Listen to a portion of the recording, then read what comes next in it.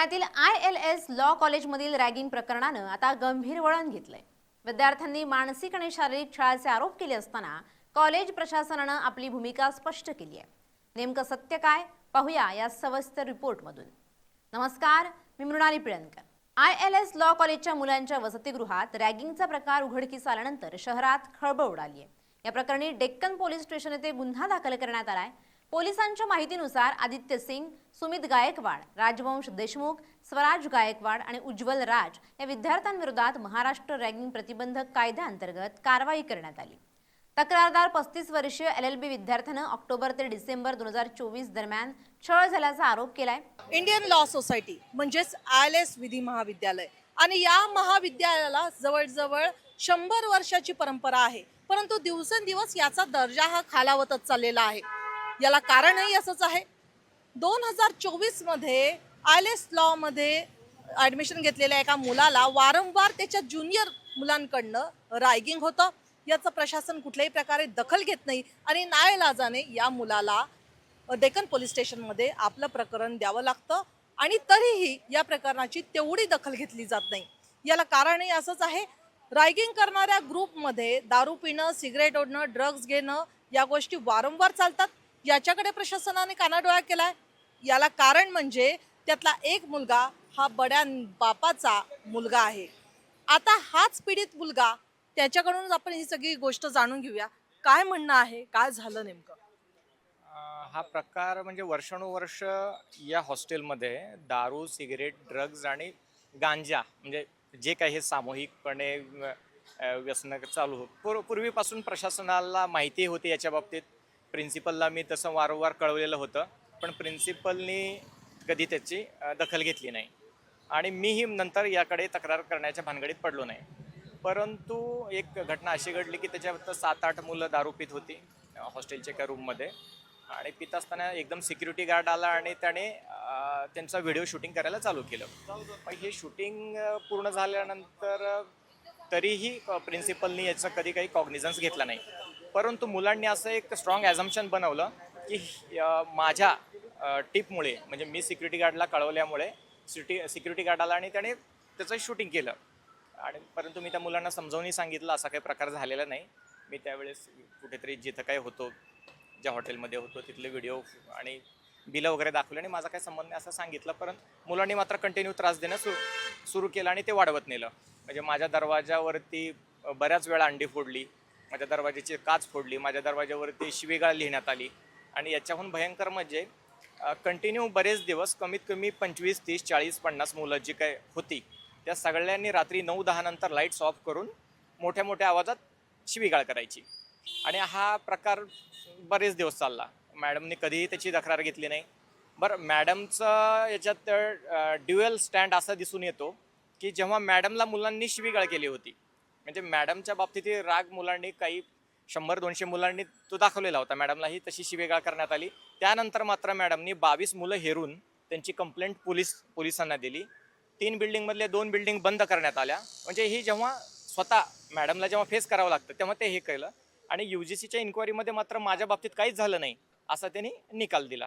परंतु हे जर प्रकरण होत आहे, हॉस्टेलच्या आजूबाजूला CCTV कॅमेरे आहेत? नाही, अजिबात नाही। म्हणजे सर्वच पैसे हॉस्टेलचे 50,000 किंवा 1 लाख रुपये जे काय असतील ते घ्यायचे आणि सर्व आपले संस्थेच्या अकाउंटवरच जमा करायचे आणि कुठलाही मेंटेनन्स करायचं नाही। हे बऱ्याच वर्षापासूनचं आहे। या सर्व गोष्टींना रेक्टरकडनं काही तडजोड करण्यात आली किंवा थांबवण्यात आलं? रेक्टरच आहेत ना, प्रिन्सिपलच या चीफ रेक्टर आहेत। म्हणजे ऑदर रेक्टर हा नावालाच आहे, चीफ रेक्टर प्रिन्सिपल आहे। त्याच्यामुळे मूळ माझ्या प्रकरणात आता माझा आरोप आहे की मूळ अॅक्युज्ड त्याच आहेत। मुले जर 20 वर्षाची आहेत असं तुमचं म्हणणं आहे, ठीक आहे, त्यांच्या दारू, ड्रग्ज, सिगारेट, गांजाकडे दुर्लक्ष करून त्यांच्या वयावर जर आपण फक्त बोट ठेवलं, ती लहान आहेत तर मग तुम्ही ॲटलिस्ट बोलवून त्यांच्या आईवडिलांना तरी कळवायला पाहिजे होतं। आणि जर तुम्ही लहान मुलं किंवा ती तुमची मुलं म्हणतात तर तुमचा मुलगा जर ड्रग्ज आणि दारू गांजामध्ये अडकलेला आहे तर तुम्ही त्याला सोडून देताय का? नाही, आज सगळं पोलिसांकडून वगैरे गुन्हा दाखल घेतला गेलेला आहे। IPS लेवलच्या पोलिसांनी याच्यावर चौकशी केलेली आहे। DCP ऑफिसमधून लिगल ओपिनियन घेतलेलं आहे, कारण मांजराच्या गळ्यात घंटा कुणी बांधायची? म्हणजे एवढ्या मोठ्या प्रेस्टिजियस कॉलेजमध्ये गुन्हा दाखल करायचा तर कुठल्या बेसवरती करायचा आणि कुठल्या अधिकाऱ्यांना ऑर्डर दिली की आपल्या माथी येऊ नये म्हणून त्यांनी पूर्ण प्रोसिजर पूर्ण केलेली आहे। की लिगल ओपिनियन घेऊन लॉ ऑफिसरचं ओपिनियन घेऊन DCP ऑफिसमधून ॲडिशनल CPची ऑर्डर होती याच्यावरती योग्य ती कारवाई करा चौकशी करून. तर त्यांनी चौकशी आणि ती 5 मुलांच्या अगेन्स्ट गुन्हा दाखल केलेला आहे. पण सगळ्यात महत्त्वाचं प्रशासनावरती गुन्हा दाखल होणं गरजेचं होतं. म्हणजे अँटी रॅगिंग ॲक्ट जो महाराष्ट्र अँटी रॅगिंग ॲक्ट आहे 1999चा, याच्यामध्ये कलम 7 सांगतं की कलम 6 प्रमाणे जर कारवाई झाली नाही हेड ऑफ इन्स्टिट्यूशनकडून 6 प्रमाणे कारवाई काय तर पहिल्या 24 तासात कॉग्निझन्स घेणं आणि 7 दिवसामध्ये त्याचा चौकशी पूर्ण करून अहवाल सादर करणं. हा सर्व प्रकार जर कॉलेज करत नसेल, हेड ऑफ इन्स्टिट्यूशन करत नसेल, तर हेड ऑफ इन्स्टिट्यूशनवरती ॲबेटमेंट ऑफ रॅगिंगचा गुन्हा दाखल करण्यात यावा. माझी एवढी फक्त आता सिंगल मागणी आहे. तक्रारदाराच्या म्हणण्यानुसार वसतिगृहात दारू आणि ड्रग्ज पार्टी सुरू असल्याची माहिती दिल्यानंतरच त्याला लक्ष्य करण्यात आलं. या आरोपांमुळे कॉलेजमधील वातावरणावर प्रश्नचिन्ह निर्माण झालंय. दरम्यान विद्यार्थ्यांनी फी वसुली आणि सुविधांच्या अभावावरही नाराजी व्यक्त केली आहे. अधिकृत फी कमी असताना विविध शुल्कांच्या नावाखाली मोठी रक्कम घेतली जात असल्याचा आरोप करण्यात आलाय. या सर्व आरोपांदरम्यान कॉलेज प्रशासनाने आपली बाजू मांडली आहे. तक्रार मिळाल्यानंतर तातडीनं कारवाई केल्याचा दावा प्रशासनानं केलाय. तुम्ही जे काय तक्रारीविषयी जो संदर्भ देताय ही तक्रार डिसेंबर 2024ची आहे. तक्रार आल्यानंतर आम्ही फॅक्ट फाइंडिंग कमिटी जी प्रायमा फेसी चौकशी समिती असते ती गठीत केली होती. त्याच्यात UGCच्या नियमानुसार आम्ही सर्व प्रकारे चौकशी केली. त्यांच्या अहवालावरती आधारित आम्ही अँटी रॅगिंग कमिटीचा रिपोर्ट UGCला पाठवलेला आहे.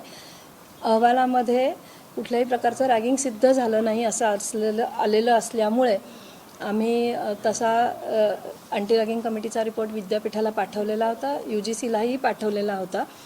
आत्ता ही तक्रार का केली आहे हे मला माहीत नाही आहे. पण आणि पोलिसांकडनं माझ्याकडे FIRची कॉपी अजून आलेली नाही आहे. पोलिसांकडनं कॉपी आली की त्याच्यात काय काय लिहिलं आहे ते बघून आम्ही पोलिसांना जे काय हवं आहे ते सर्व सहकार्य करायला तयार आहोत. नाही, पण यामध्ये त्यांनी जे आरोप केलेले, दांडी फेकली, दगड फेकली, काय मारामार झाली, हे असं काही प्रकार त्यांनी तुमच्याकडे तक्रार केली होती. माझ्या रूमसमोर अंडी कोणी फेकली, या 5 मुलांनीच फेकली वगैरे असं कुठेही सिद्ध झालं नाही. या 5 मुलांवरती त्यांचा का आरोप आहे हेही मला माहीत नाही. आणि ती तक्रार आल्या क्षणी आम्ही त्याची रूमही बदलून दिलेली होती. हे सगळं आमच्या रिपोर्टमध्ये आहे आणि तो रिपोर्ट आम्ही गरज पडल्यास पोलिसांना देऊ. आपण त्यांनी काय तक्रार केली होती, यांनी काय त्रास दिला वगैरे असं हे तुम्हीच सांगताय मला, तीच बरोबर आहे ना. त्याच्या पलीकडे माझ्याकडे ही जी तक्रार होती की मला मुलं चिडवतात आणि त्याचं काय वाद असेल त्या मुलांची त्याविषयीची तक्रार होती, त्याला आम्ही ॲड्रेस केलं होतं तक्रार. आणि तरीही त्यांनी अँटी रॅगिंग हेल्पलाईनला मेल केल्यानंतर आम्ही रितसर चौकशी बसवली, मुलांना नोटिसा दिल्या या सगळ्यांना आणि त्याप्रमाणे आम्ही योग्य ती कार्यवाही केलेली आहे. आता त्या मुलावर गुन्हा दाखल झालाय KV4, त्यांच्यावर आता काही कारवाई पोलिसांचाही मला FIR आला की आम्ही काय तर निर्णय घेऊ आणि ती कारवाई योग्य ती जी कायद्याने करायची असेल ती कार्यवाही आम्ही करू. प्रशासनाच्या म्हणण्यानुसार विद्यार्थ्यांमधील वाद आणि चिडवाचिडवीच्या तक्रारींवर आधीच उपाययोजना करण्यात आल्या होत्या. मात्र तक्रारदाराचे आरोप अधिक गंभीर असल्यानं या प्रकरणाची व्याप्ती वाढली आहे. सध्या पोलिसांकडून या प्रकरणाचा तपास सुरू असून रॅगिंगच्या मुद्द्यावर पुन्हा एकदा मोठी चर्चा सुरू झाली आहे. विद्यार्थ्यांच्या सुरक्षिततेसाठी नेमक्या कोणत्या उपाययोजना केल्या जाणार याकडे सर्वांचं लक्ष लागलंय.